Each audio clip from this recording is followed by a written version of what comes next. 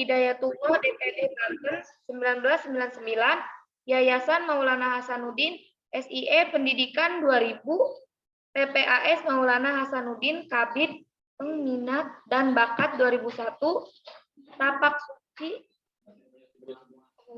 ya, Pak.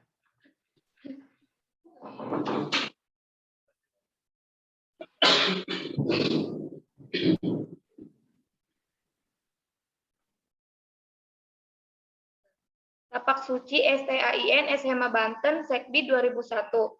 Mungkin itu saja CV pemateri tadi. Untuk mempersingkat waktu, kepada Bapak Suwaidi dipersilakan untuk memaparkan materinya.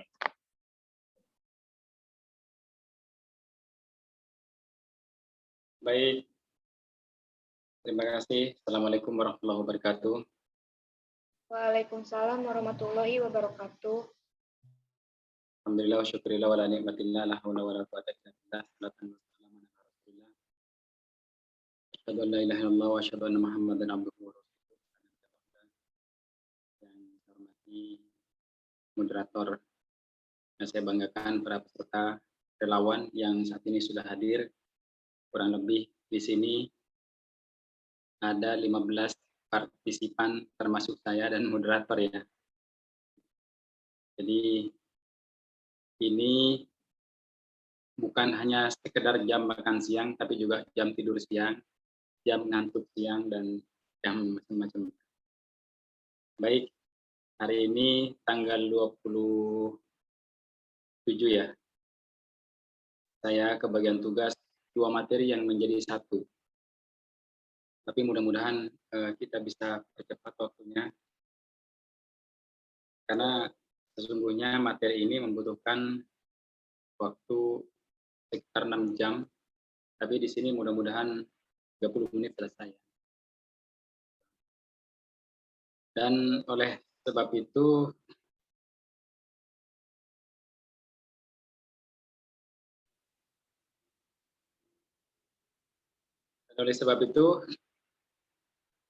maka ya, mudah-mudahan yang hadir pada saat ini bisa mencerna, khususnya relawan yang waktu itu yang dimentori dengan saya. Dan ini lanjutan dari pengantar waktu sedang mentorin dan waktu pembekalan. Baik, saya persilahkan ke moderator untuk menampilkan slide-nya.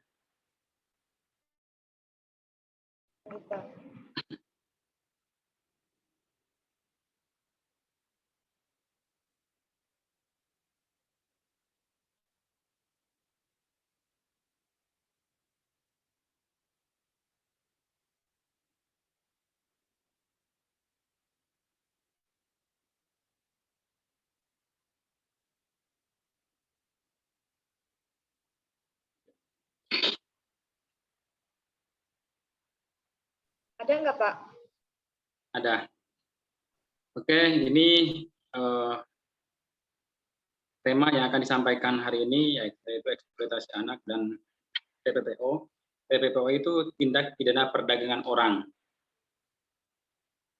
Baik, biar cepat lanjut ke slide berikutnya.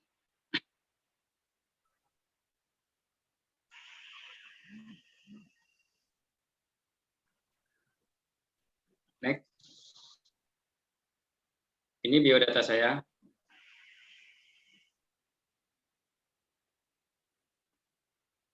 Tadi sudah dibacakan, lanjut. Nah, ini kita langsung ke 10 hak anak ya. Jadi kemarin sempat disampaikan bahwa waktu pengantar mentoring saya menyampaikan, yaitu saya tanya dari seluruh peserta yang disebut dengan usia anak, dari usia berapa sampai berapa sudah saya sampaikan waktu itu. Dan karena ini materi lanjutan, maka saya sampaikan hasil konvensi hak anak PBB tahun 1989 yang menghasilkan 10 hak anak. Kalau di Indonesia itu ada 31 hak anak. Di Indonesia pemerintah menetapkan ada 31 hak anak. Tapi di Indonesia cukup apa? Tapi untuk dunia itu cukup 10. Tapi ke 10-nya ini jika dipenuhi maka anak akan sejahtera. Oke, next. Yang pertama adalah haknya bermain, terus next. Next. Yang keduanya adalah memberikan pendidikan, perlindungan, kemudian memberikan nama, kebangsaan. Kebangsaan itu adalah dokumen kewarganegaraan yang harus dimiliki oleh anak. Sampai saat ini banyak anak di pelosok-pelosok itu yang warna putih, banyak anak yang di pelosok yang belum memiliki dokumen kewarganegaraannya. Misalkan seperti akte kelahiran masih banyak yang belum memiliki. Kemudian yang berikutnya, yang keenam adalah makanan, kemudian kesehatan. Kesehatan ini masih banyak juga.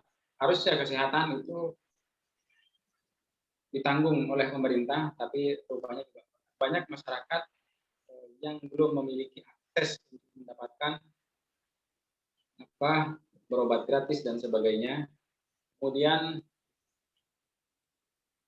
yang ke-8 itu hak mendapatkan rekreasi. Kemudian yang ke-9 mendapatkan hak untuk mendapatkan kesamaan. Kesamaan ini adalah kalau di dunia anak ada yang disebut belum. Oh. Ya. Kesamaan ini maksudnya dalam dunia anak itu ada yang disebut dengan ABH, anak yang berkebutuhan khusus. Ya, baik anak yang normal pada umumnya yang tidak memiliki kecacatan fisik ataupun yang lainnya, mereka juga mempunyai hak yang sama untuk mendapatkan fasilitas dari dari negara. Contoh salah satunya sekarang di kota-kota di Indonesia sudah memiliki trotoar misalnya, trotoar jalan, tapi di trotoar itu sekarang sudah ada ram. Ram itu adalah tanda untuk pejalan kaki bagi para tunanetra misalkan seperti itu. Tapi banyak trotoar yang memiliki ram akses untuk pejalan para anak yang berkebutuhan khusus itu sekarang banyak disalahgunakan. Salah satu contohnya ketika malam digunakan untuk berdagang kelele misalnya. Banyak juga di daerah-daerah yang digunakan untuk berdagang bunga, kembang dan sebagainya. Ada yang digunakan untuk tambal ban dan sebagainya.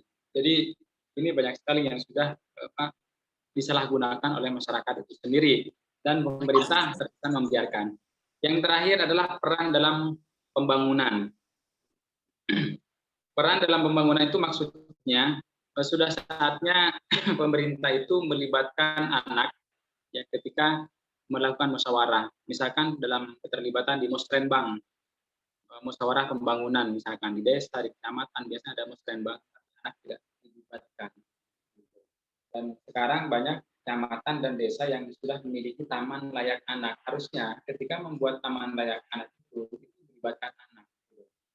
Baik dari forum anak ataupun anak-anak yang memiliki kegiatan di daerahnya ataupun dari duta anak gitu bisa dilibatkan. Oke, next.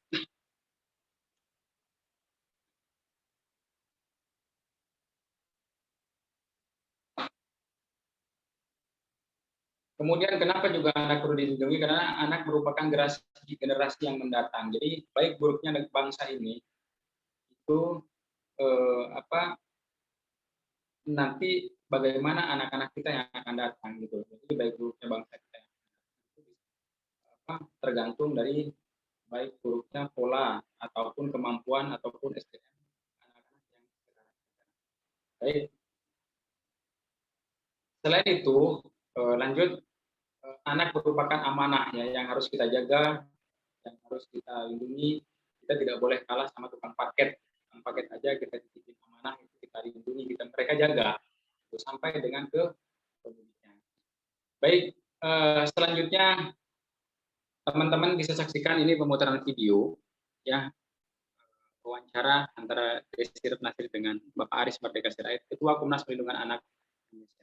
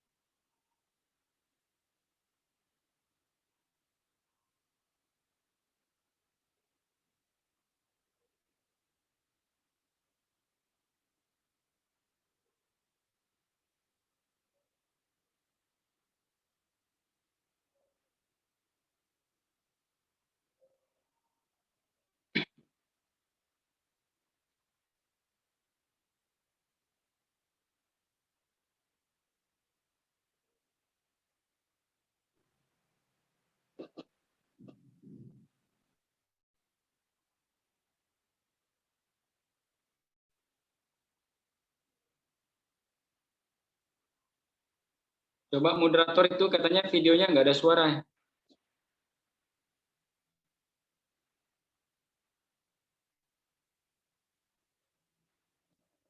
Soalnya ke saya juga nggak ada suaranya nih. Enggak, Pak. Nah, sekarang ada. Ulangi. Ulangi enggak, Pak? Bukan, suara moderator ada, tapi suara videonya nggak ada. Bentar. Kalau nggak bisa, nggak usah diulangi, lanjut ke slide berikutnya aja.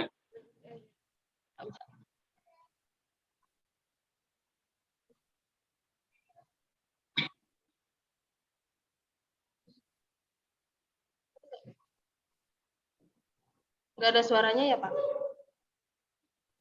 Oke, kita lanjut aja ya, di next saja.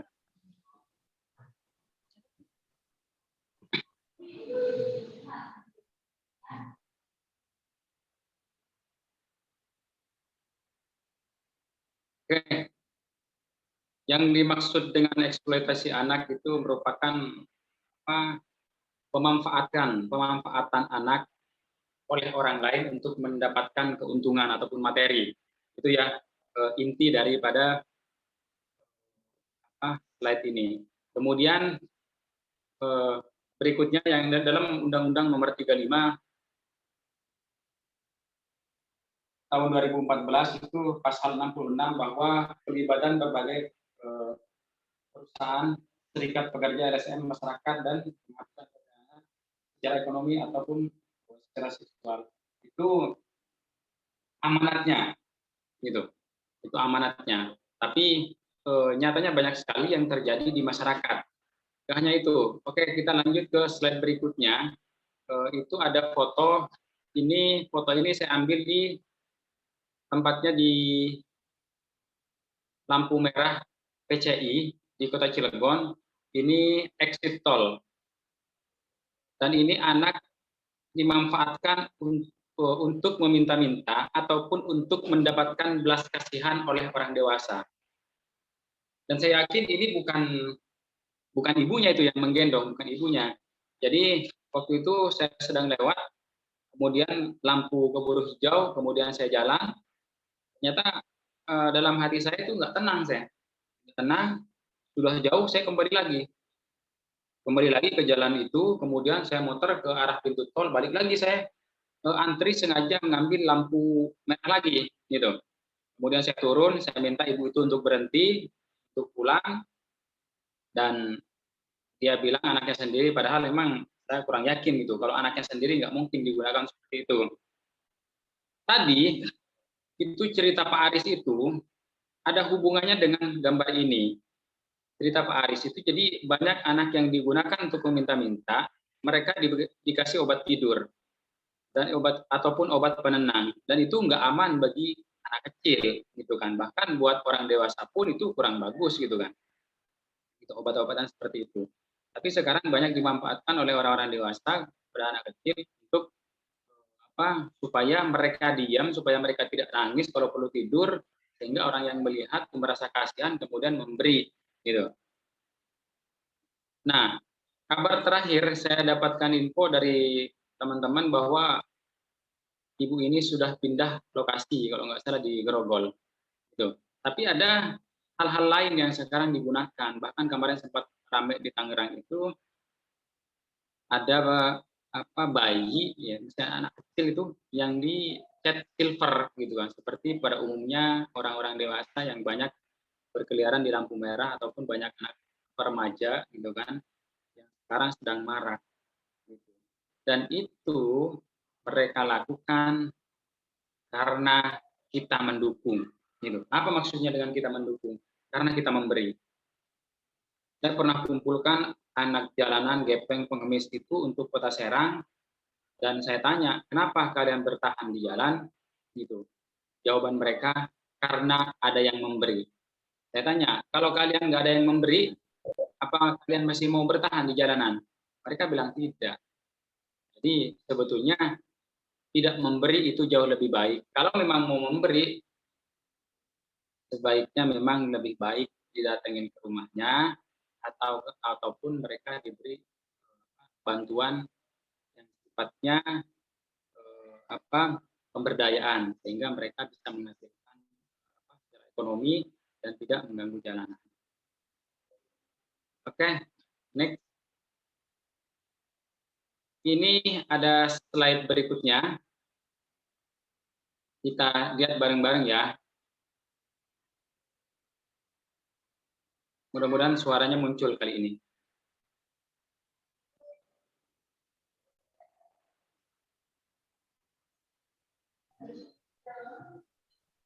Ada nggak, Pak? Tidak ada suaranya. Tapi lanjut aja videonya.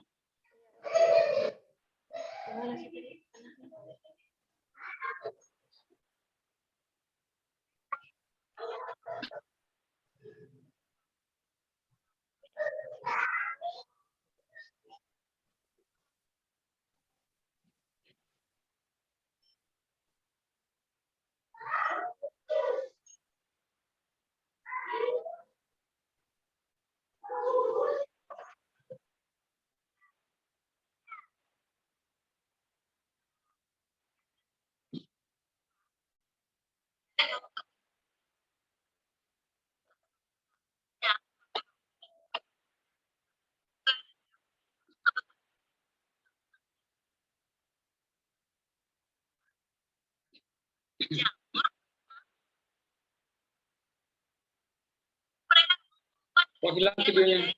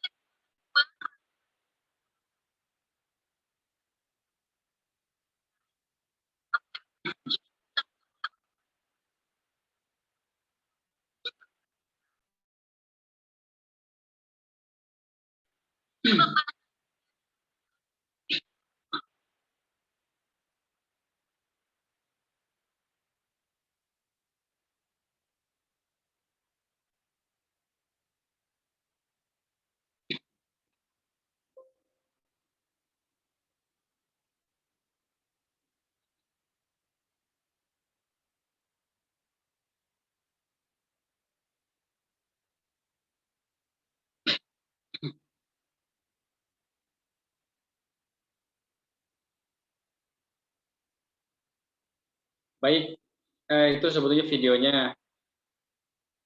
berada di lingkungan kita di Provinsi Banten. Itu terjadi di Jembatan 2, Provinsi Banten.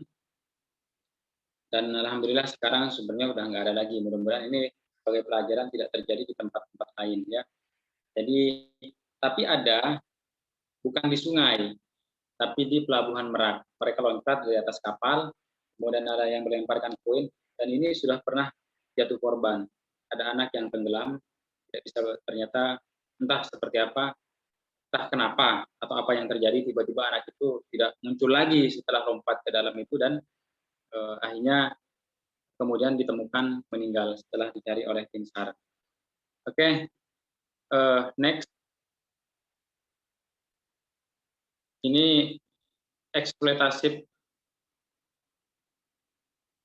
mereka yang menjadi korban sebetulnya karena mereka dalam kondisi lemah. baik secara ekonomi, gitu kan, fisik ataupun yang lainnya. Maksudnya lemah ekonomi itu karena mereka melakukan itu demi uang, dan yang dimaksud dengan fisik karena mereka juga masih kecil gitu kan, masih kecil, mau dipengaruhi tidak hanya karena uang, kadang-kadang hanya tergiur karena teman-temannya melakukan suatu aktivitas seperti itu dan menghasilkan, maka dia ikut seperti itu. Oke, next. Baik, anak itu kecenderungan seperti ini. Jika anak dibiasakan ikut meminta-minta, di jalanan pun dia bisa tidur. Kemudian, jika anak dibiasakan belajar mengaji, maka anak itu bisa seperti Musa. Dia anak NTB yang juara tahfidz di Kairo. Oke, lanjut.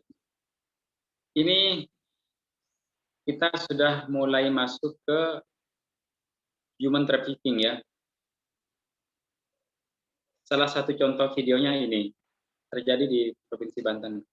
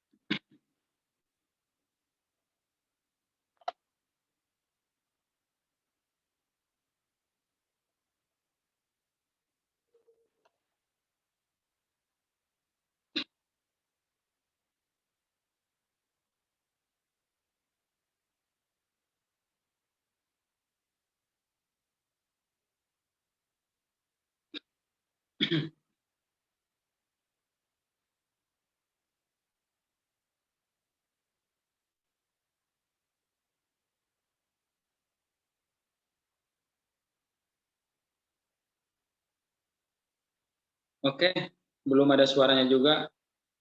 Lanjut aja, moderator.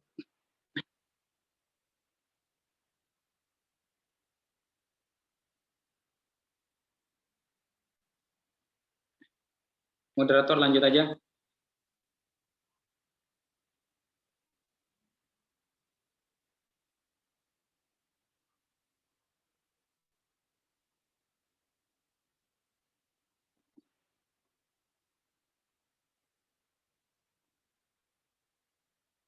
Moderator lanjut aja. You next.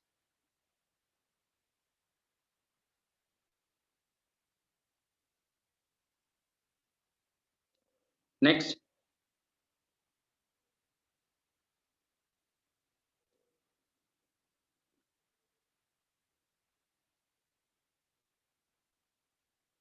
Oke. Ada perbedaan antara eksploitasi dengan human trafficking ya, atau TPPO. Jadi eksploitasi itu pemanfaatan situasi yang digunakan kebanyakan oleh orang-orang yang untuk mendapatkan belas kasihan, gitu.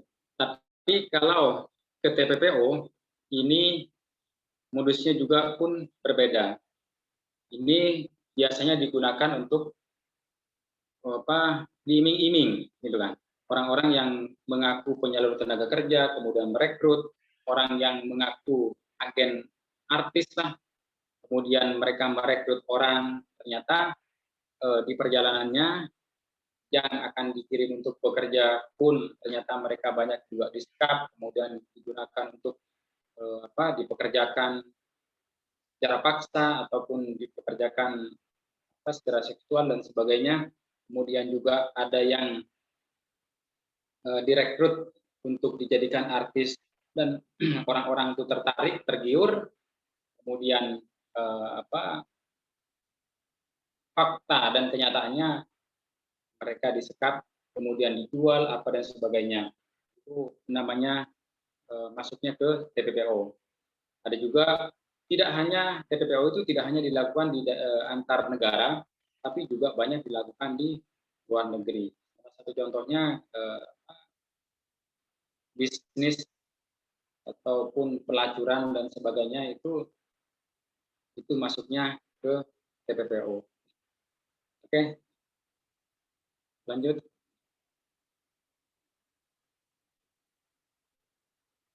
Dan ini faktor-faktornya ya, faktor-faktor penyebab TPPO itu terjadi.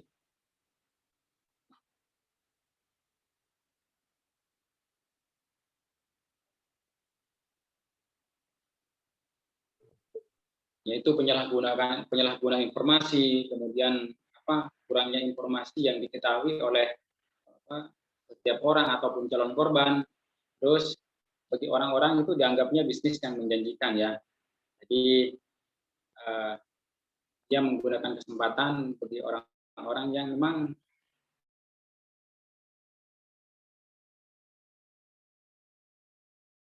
kemudian faktor ekonomi karena keterbatasan, misalnya contoh seperti di masa pandemi banyak orang-orang yang dirumahkan dari pekerjaannya, banyak yang diberhentikan, yang dipecat dan sebagainya. Ini udah menjadi salah satu pemicu. Kemudian juga gaya hidup orang-orang yang ingin bermewah-mewahan, yang ingin menggunakan pakaian yang serba bagus, kemudian melihat orang lain, wah ini bagus, ini ternyata mereka tergiur apapun mereka lakukan. Oke, ini berikutnya ada data dari tanggal 30 Juli itu yang disebut dengan Hari Anti Perdagangan Orang ya, gitu.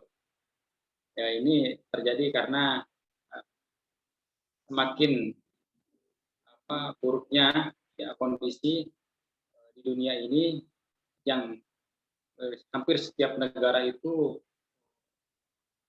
bisa ditemukan kasus-kasus yang demikian, penjualan orang dan sebagainya.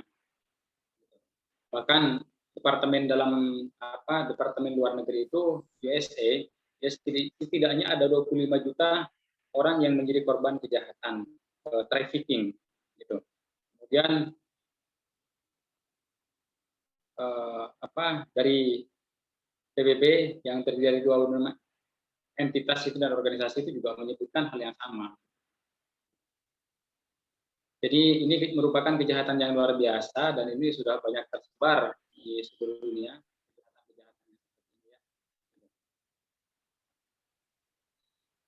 Baik, selanjutnya dari IOM, gitu.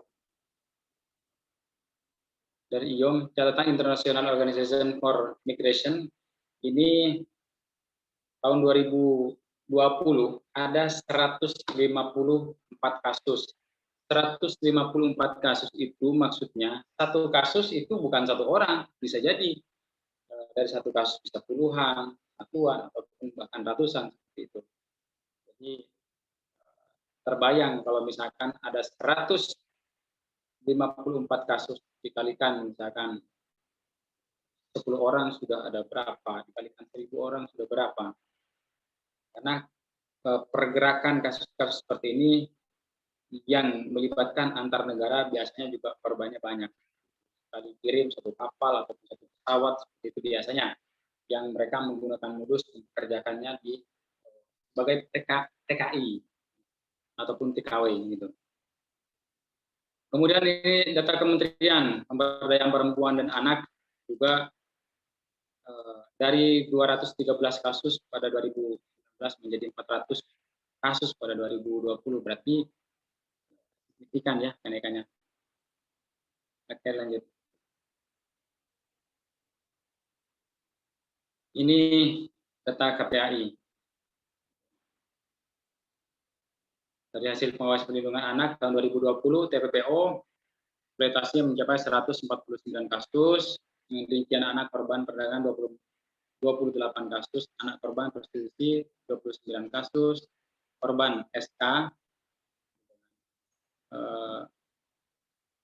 ada 23 orang, kemudian juga yang dipekerjakan usia anak ada 54 orang, kemudian adopsi ilegal ada 11. Nah, ini hanya yang terdeteksi ataupun yang lapor, sedangkan yang tidak lapor, kasus yang seperti ini itu ibarat gunung es. Ya, bagaimana gunung es itu yang terlihatnya sedikit, tapi di bawahnya itu banyak. Ibaratnya kita mencelupkan atau menyemplungkan es batu, bongkahan es batu ke dalam suatu air di dalam gelas ataupun di wadah yang transparan, maka es batu itu yang akan terlihat besar itu di dalam, yang nongol itu yang sedikit. Itulah kasus anak yang terjadi di Indonesia ataupun di dunia. Kemudian selanjutnya LPSK, data jumlah korban perlindungan tidak pidana perdagangan orang itu 2019 sebanyak 318 kasus, dan per Juli 2020 sebanyak 227 korban.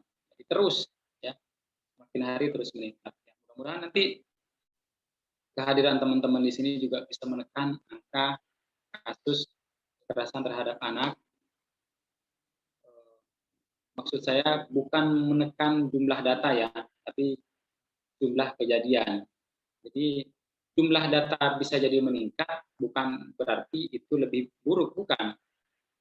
Karena jumlah data yang meningkat itu dibuktikan dengan kesadaran masyarakat yang sudah berani lapor ataupun berani mengungkapkan. Nah, kemudian yang berikutnya adalah kasus Simponi. Simponi PPA itu Januari sampai Juni 2020 dan ada 50 kasus eksploitasi seksual pada perempuan dewasa dan 60 anak pada perdagangan orang. Juga eksploitasi seksual. Dan ini juga ada 297 kasus perdagangan orang untuk eksploitasi seksual yang terungkap melalui media internet. Jadi sekarang banyak sekali juga transaksi yang dilakukan melalui online. Jadi mereka udah semakin lama semakin canggih gitu kan. Kemudian ada korban perdagangan orang di Banten yang tergolong tinggi pada dalam versi majalah Gatra itu 23 September 2018. Kemudian Serang kasus kekerasan, kemudian hingga 21 Desember 2020 terjadi 186 kasus yang menimpa buruh migran gitu. Jadi sangat-sangat tinggi, luar biasa. Kemudian yang selanjutnya ini penangkapan para pelaku TPPO ya yang terjadi di Kota Serang ini, gitu. Dan beberapa waktu lalu sempat viral, gitu. Dan berikutnya kita coba lihat video lagi.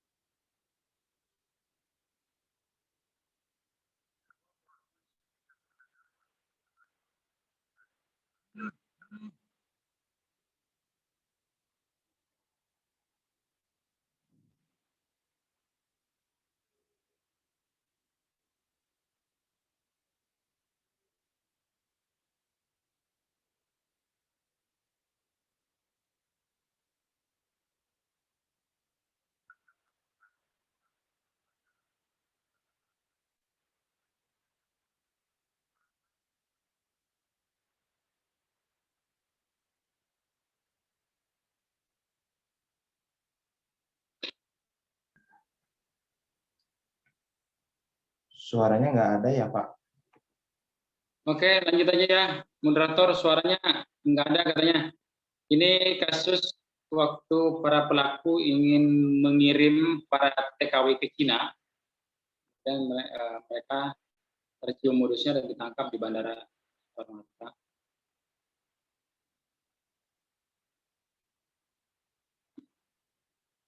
Oke, lanjut ini dari RRI bahwa mafia TPPO di Provinsi Banten itu menggunakan data-data palsu ya untuk meloloskan aksinya. Jadi apa saja yang mereka nanti terjerat tidak hanya sebagai pemalsuan data, tapi juga pelaku TPPO. Hasil survei KPAI itu menunjukkan ada 71,3% anak memiliki gadget sendiri dan 79% atau mayoritas anak tidak memiliki aturan bersama saat menggunakan gadget. Survei menunjukkan pada masa pandemi ini. Jadi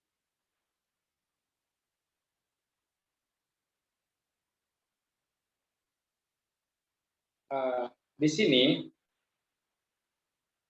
pelaku TPPO bisa juga dijerat dengan Undang-Undang ITE, karena sudah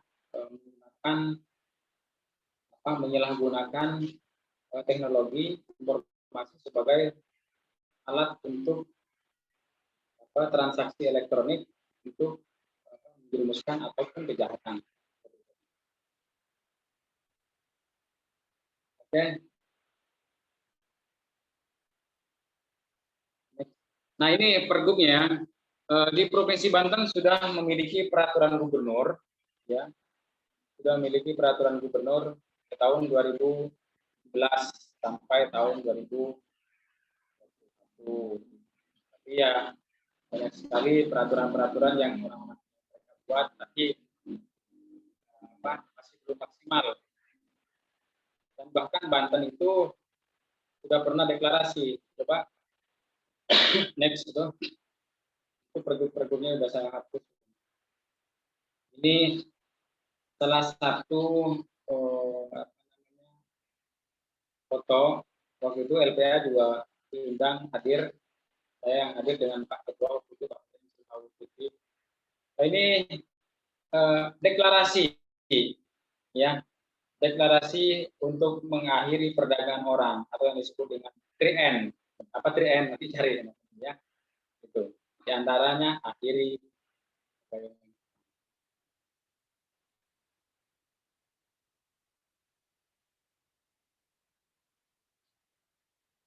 Nah, ini salah satu penyebab terjadinya tindak TPPO.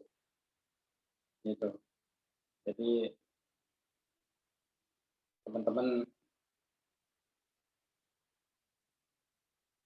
sudah banyak sekali LPA menangani kasus-kasus yang berujung pada TPPO. Walaupun ada sebagian yang tidak terjadi perdagangan.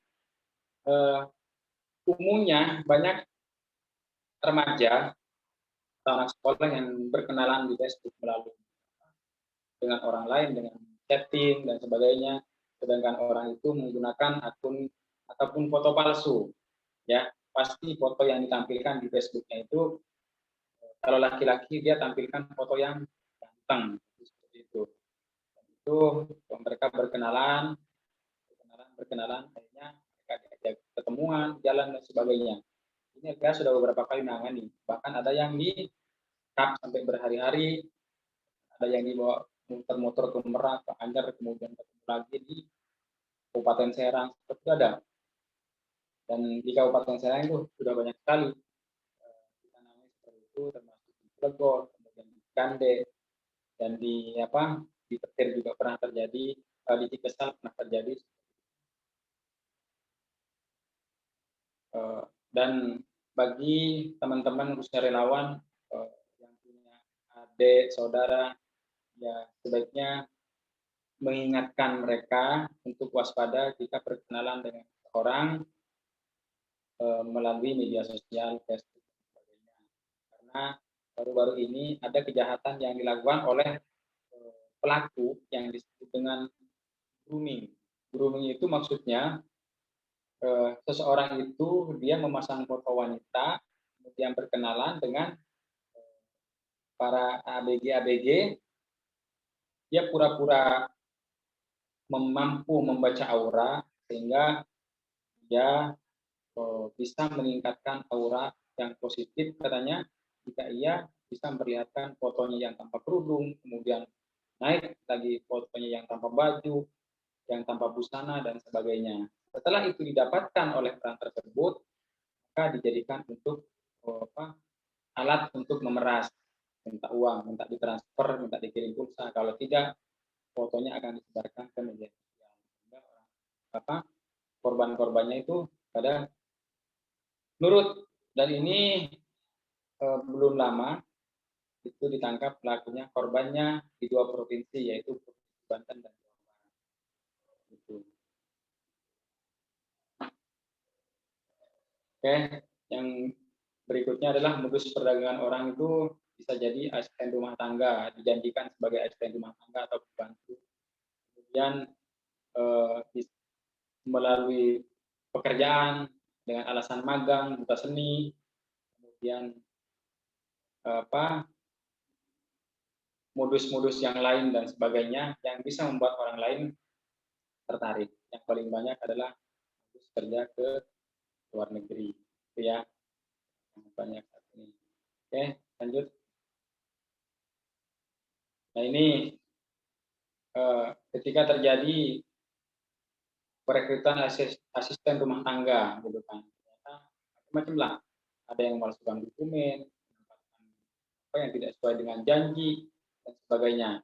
Awalnya dibilang sebagai pekerja yang enak, ternyata ada yang dibawa ke suatu tempat di perkebunan dan sebagainya.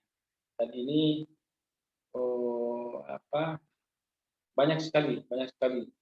Dan negara dengan kejahatan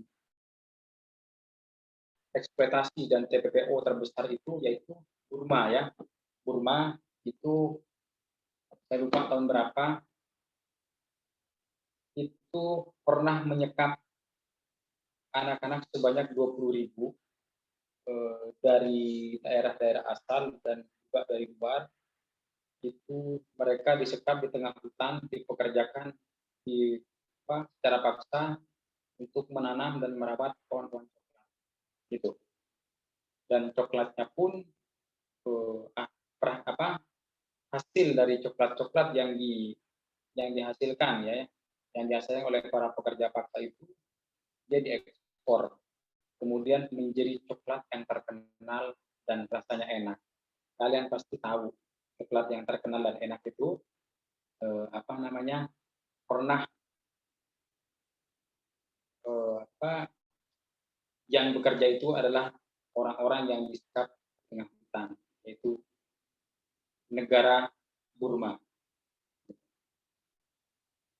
Oke, selanjutnya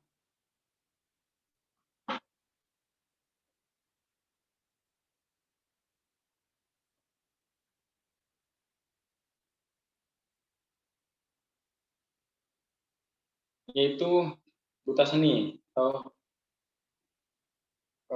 iming-iming budaya. Tapi kalau sebagai duta seni ataupun budaya ini tidak terlalu banyak ya korbannya. Sebab saya juga pernah menjadi duta seni di salah satu perusahaan terbesar di Indonesia ini, saya pernah menjadi duta seni. Tapi dari yang ada itu tidak menunjukkan hal-hal yang bersifat negatif gitu kan. Tapi ini memang ada, tapi tidak sebesar dengan janji-janji oleh pelaku yang dijanjikan untuk menjadi tenaga kerja, menjadi artis dan sebagainya. Itu. Kemudian selanjutnya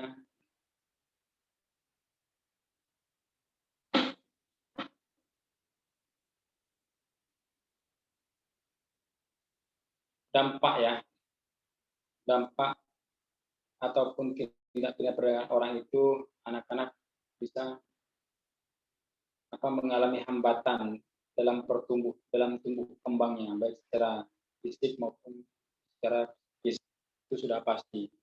Karena pasti setiap anak itu, setiap orang akan mengalami yang namanya trauma. Dan itu sudah pasti. Baik, yang selanjutnya ini terancamnya kesehatan korban seperti cacat fisik, kemudian yang terjangkit berbagai macam penyakit, kemudian dapat mengakibatkan gangguan jiwa ya, karena mengalami luka batin yang dalam, dan juga menjadi imigran ilegal, bisa-bisa terancam hukuman ataupun dikejar-kejar oleh pemerintah di daerahnya. Banyak warga kita di Indonesia, warga kita Indonesia yang menjadi luar negeri yang mengalami. Kemudian kurangnya rasa percaya diri dan merasa bersalah karena memang situasinya seperti itu. Dan juga siapa sih para pelaku TPPO itu? Ya biasanya juga satu atau orang dekat, orang-orang yang kenal di kampung dan sebagainya. Itu next itunya ya, apa slide-nya.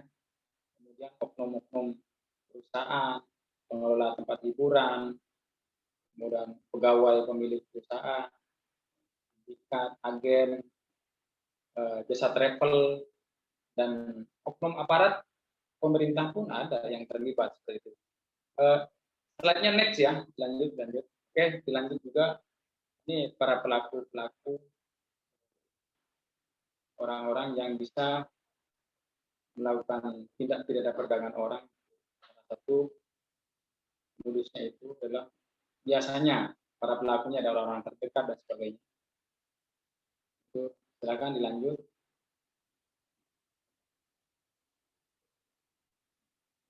Kemudian sasaran-sasaran wilayah yang berpotensi untuk masyarakatnya ataupun orang-orang yang menjadi korban itu daerah-daerah yang masih rendah secara ekonomi, kemudian ataupun warganya di situ yang sulit secara pekerjaan gitu.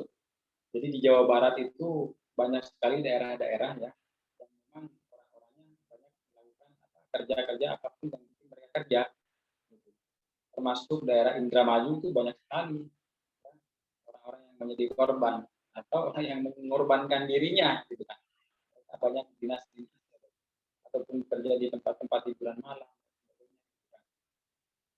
Itu banyak sekali di Jawa Barat. Dan penyebab terjadinya tindak pidana perdagangan orang itu ketidakpahaman orang tua.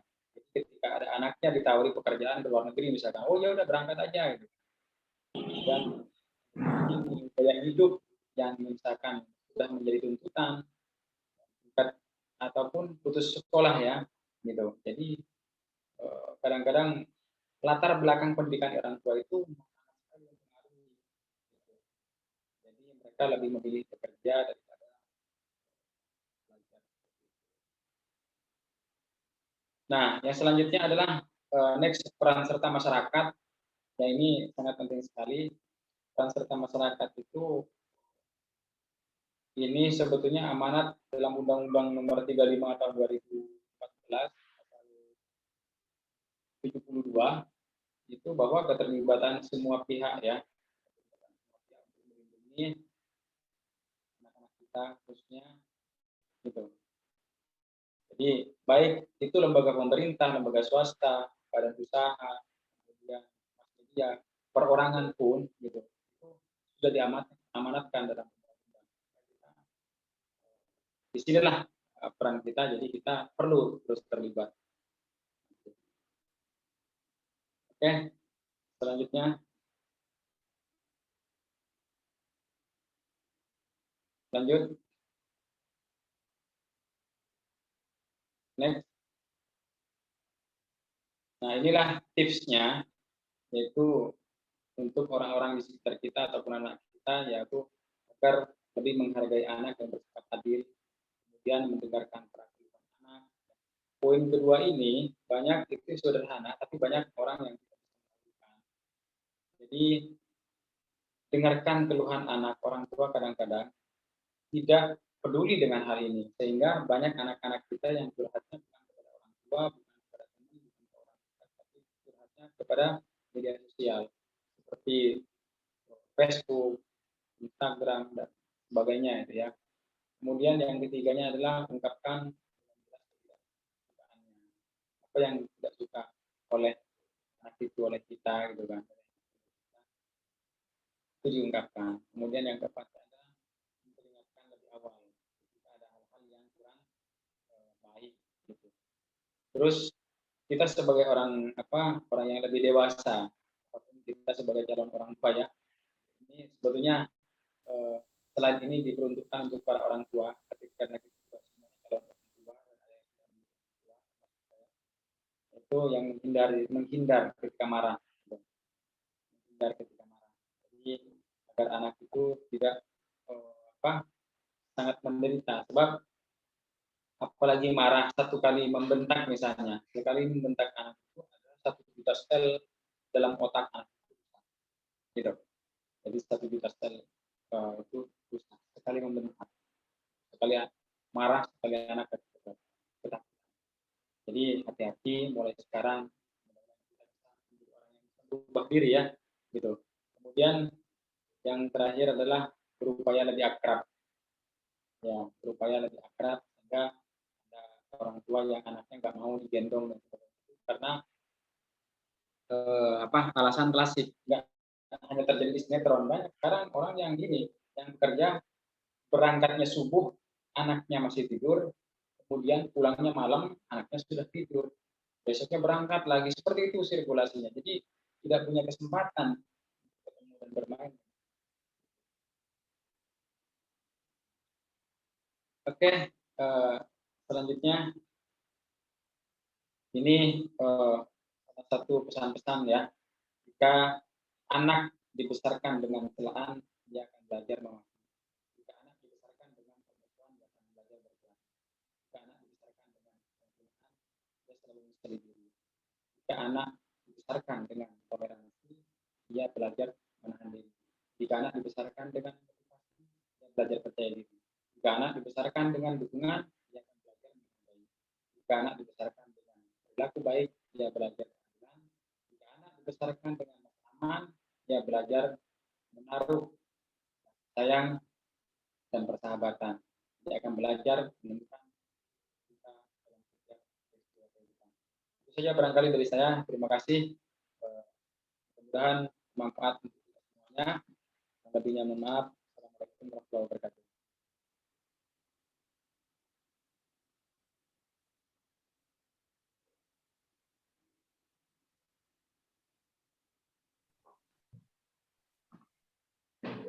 Baik, terima kasih kepada Pak Didi sudah menyampaikan materinya.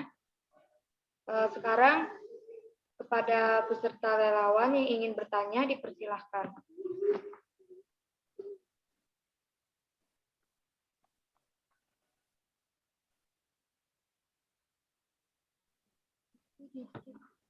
Assalamualaikum Bapak. Salam. Saya mau bertanya Pak. Ya Bu dosen. Gini Pak, ada hal yang menarik tadi di awal PowerPoint ya. Dan mungkin ini relate banget sama bidang saya mengajar gitu ya. Karena di poin hak-hak anak itu ada hak anak untuk memiliki peran dalam pembangunan. Misalnya tadi Bapak bilang contoh kecilnya adalah melibatkan anak dalam Musrenbangdes. Kita sama-sama tahu ya Pak bahwa tidak semua desa itu punya kapasitas untuk melibatkan partisipasi masyarakat dari berbagai kalangan. Bahkan kalau hasil-hasil penelitian itu untuk keterlibatan perempuan aja itu masih sedikit gitu kan Pak. Biasanya perwakilan itu ya sekedar RT RW dan sebagainya. Fokusnya juga hanya pada penggunaan anggaran seperti itu. Nah, bisa jadi Pak, anak tidak dilibatkan dalam Musrenbangdes karena mungkin pihak desa juga belum punya prototipe atau belum punya model yang tepat gitu bagaimana melibatkan anak, melibatkan suara anak dalam proses pembangunan gitu. Mungkin nggak ini menjadi concern juga buat LPA seperti itu Pak? Atau gimana solusinya Pak? Karena kan kalau kayak penelitian aja misalnya Pak, kita bukan meragukan pendapat anak ya, tapi tentunya perlu perlu pendekatan lebih untuk memahami pendapat anak tersebut seperti itu. Begitu Pak. Terima kasih. Oke. Terima kasih. Jadi begini, tentu saja LPA konsen ya. Saya sebagai fasilitator PATBM di Provinsi Banten yang memang punya tugas untuk membentuk gerakan-gerakan perlindungan anak yang berbasis masyarakat di Provinsi Banten, itu memang salah satu tujuannya. Dan sekarang ada memang daerah-daerah yang PATBM-nya sudah 100%, itu ketika musrenbang itu selalu melibatkan anak. Gitu. Salah satu contohnya misalkan Cilegon, itu sudah ketika musrenbang sudah mulai melibatkan anak. Apalagi misalkan pembuatan taman layak anak di kelurahan mana gitu kan, ataupun di kecamatan. Sebab gini, ada yang hanya mereka sekedar bikin, tapi nggak tahu maunya anak itu seperti apa. Coba anak nih maunya seperti apa. Rupanya saya sering ketemu dengan forum anak, kemudian duta anak, mereka pintar-pintar loh. Oh, Mereka pintar-pintar, konsep mereka bagus, mereka bisa presentasi dengan bagus. kategori anaknya Pak, umur berapa ya Pak ya? Biasanya ada di forum anak itu untuk Di forum berpendapat. anak itu biasanya ada yang mulai, ada yang SMP, yang sudah SMP sampai dengan SMA gitu. Oh, Jadi SMP. forum anak itu memang sebaiknya ada di setiap daerah dan bahkan di tingkat kecamatan pun ada gitu. Tapi ada sekolah-sekolah yang maju, kemarin saya datang ke sana di Pandeglang itu sosialisasi, ternyata sekolah itu maju dan banyak sekali siswanya, tidak ada perwakilan forum anak dari sekolah itu. Gitu. Sebaiknya memang dari setiap sekolah itu ada perwakilannya yang ikuti forum anak, baik di kecamatan maupun di kabupaten, bahkan di provinsi. Di provinsi juga ada forum anak. Dan kita sering bekerja sama, kita sering acara bareng dengan forum anak itu. Nah, sampai saat ini banyak pemerintah, maaf ya, gitu. Banyak pemerintah desa sendiri yang belum paham terhadap aturan-aturan penggunaan dana desa itu. Jadi kalau nggak salah saya pernah ada baca itu sekilas Permendes nomor 11 tahun 2019 itu, atau kebaliknya ya, atau nomor 19 tahun 2011 itu memang dana itu sebaiknya dan dianjurkan untuk digunakan untuk perlindungan anak, sekian persen ada gitu, alokasinya ada. Bahkan di Cilegon itu ada yang disebut dengan dana DPWKL gitu, dan mereka membentuk gerakan perlindungan anak terpadu berbasis masyarakat di setiap kelurahan, itu ada dananya, dikasih dana mereka setiap tahun berapa. Jadi gerakannya luar biasa. Ada beberapa daerah-daerah yang memang sudah menerapkan banyak melibatkan anak. Kemudian Tangerang Selatan,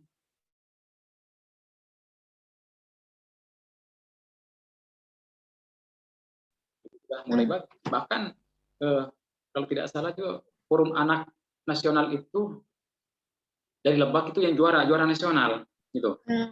Baik Pak. Itu secara penilaian gitu. Jadi karena apa? Keterlibatan anaknya itu sudah tinggi gitu dalam setiap pembangunan. Tapi berarti forum tersebut punya kategori dong Pak untuk merepresentasikan suara anak. Tadi kayak yang Bapak bilang rata-rata kayaknya SMP sampai SMA seperti itu kan yang ada dalam forum anak. Sedangkan kan anak itu kan 0 sampai 18 tahun ya Pak. Terus bagaimana dengan representatif anak SD? Mungkin persepsi anak SD, SMP dan SMA itu berbeda seperti itu. Jadi tetap saja kan bahasanya dari representatif, perwakilan dari forum anak. Dan saya juga baru tahu kalau misalnya rekrutmen forum anak itu dari sekolah misalnya, seperti itu. Mungkin itu yang belum tersosialisasi dengan efektif ya Pak di tingkat desa. Jadi soalnya jarang banget Pak dengar kalau penelitian musrenbang itu melibatkan anak, bahkan sampai punya rencana untuk menggunakan dana desa itu untuk misalnya bikin taman layak anak di tingkat desa itu jarang banget. Karena biasanya musrenbang desa itu lebih fokus pada infrastruktur desa kayak jalan seperti itu. Walaupun sebenarnya taman layak anak juga kan sebenarnya infrastruktur juga seperti itu. Itu sih Pak, menarik sih sebenarnya kalau dikaji lebih dalam. Kalau boleh tahu Pak, di Cilegon itu di desa mana ya Pak yang sudah musrenbang desnya sudah pakai forum anak juga?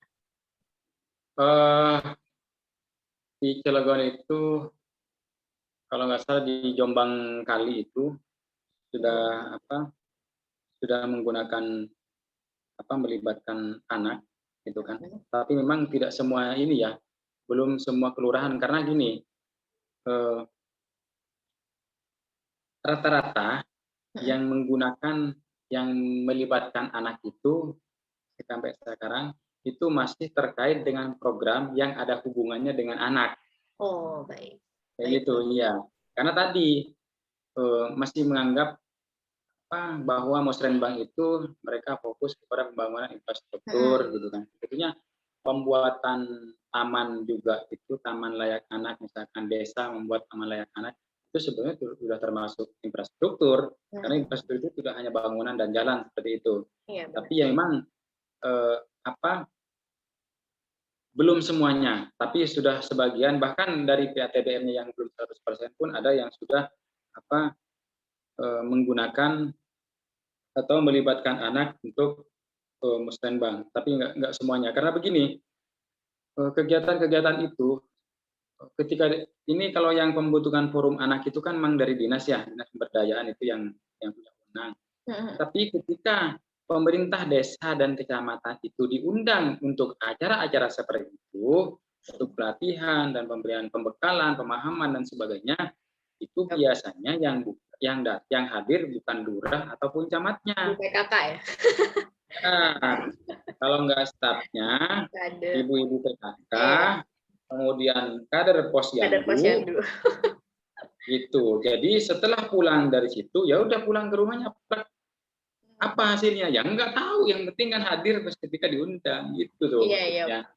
Dan ini tugas ini jauh lebih berat daripada sebetulnya membangun infrastruktur. Benar, Pak. Gitu. Saya pernah sosialisasi di Waringin Kurung. Loh, PATBM itu dari 2017 sampai sekarang kok lurahnya kok saya belum tahu ya kalau ada program begini. Ya sudah Pak, nanti kita ketemu lagi. Saya bilang seperti itu. Jadi iya, makanya pas dengar gitu, ini kayaknya kerjanya berat banget gitu karena Musrenbang Des untuk di luar kategori anak aja tuh representatifnya kecil banget, Pak. Kayak gitu kalau ini enggak. Ya ibaratnya kalau misalnya dalam sebuah desa ada 15 RW, biasanya yang terlibat ya paling cuma berapa RW. Itu pun orang dewasa ya. Asumsinya bagaimana dengan anak gitu. Makanya ini pendefinisian hak anak dalam peran pembangunan ini luas banget gitu loh. Bahkan untuk tingkat desa aja sepertinya masih sangat sulit ya Pak, seperti itu. Ya. Iya, itu sih Pak. Terima kasih Pak diskusinya. Iya, sama-sama. Baik, untuk teman-teman yang lain, kalau mau bertanya silahkan. Kalau nggak ada, ya kalau tidak mau bertanya juga nggak apa-apa. Kayaknya moderator sudah mulai lapar, terutama saya. Siang. Mudah-mudahan para peserta sudah pada makan ini. Dari 30 peserta yang ada cuma 13 nih termasuk saya dan moderator ya.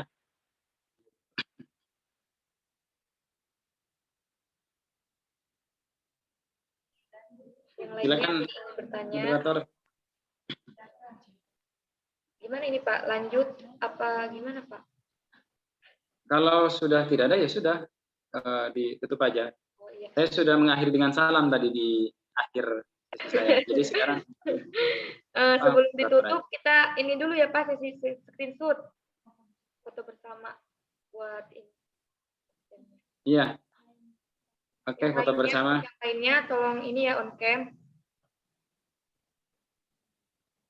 Jangan lupa isi absen juga ya, udah di ini di room chat.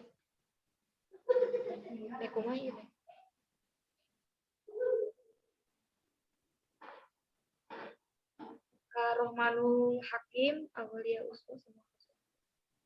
Yang belum on cam dulu ya Kak. Makan.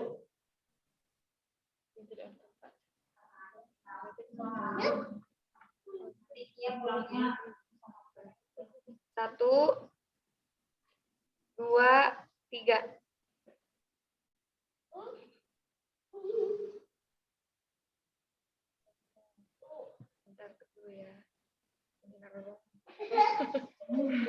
Belum. Oh, layarnya nggak berkedip ya? Nanti, Pak.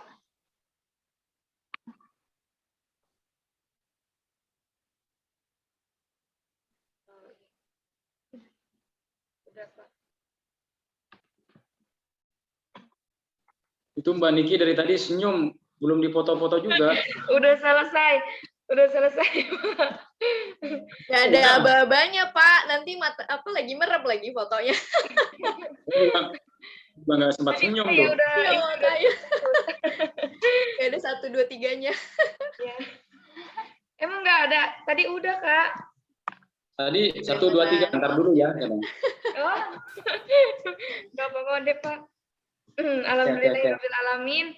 Terima kasih kepada Pak Didi sudah menyampaikan materinya. Terima kasih juga kepada teman-teman rekan relawan semua yang sudah menyempatkan hadir ya pada kesempatan hari ini. Mohon maaf atas segala kekurangan. Semoga ilmu yang kita dapatkan dapat bermanfaat bagi kita semua. Saya tutup ya. Wabillahi taufiq wal hidayah. Assalamualaikum warahmatullahi wabarakatuh. Waalaikumsalam. Hatur nuhun Pak Didi, Mbak Siti, terima kasih. Iya, Sama-sama Bu dosen.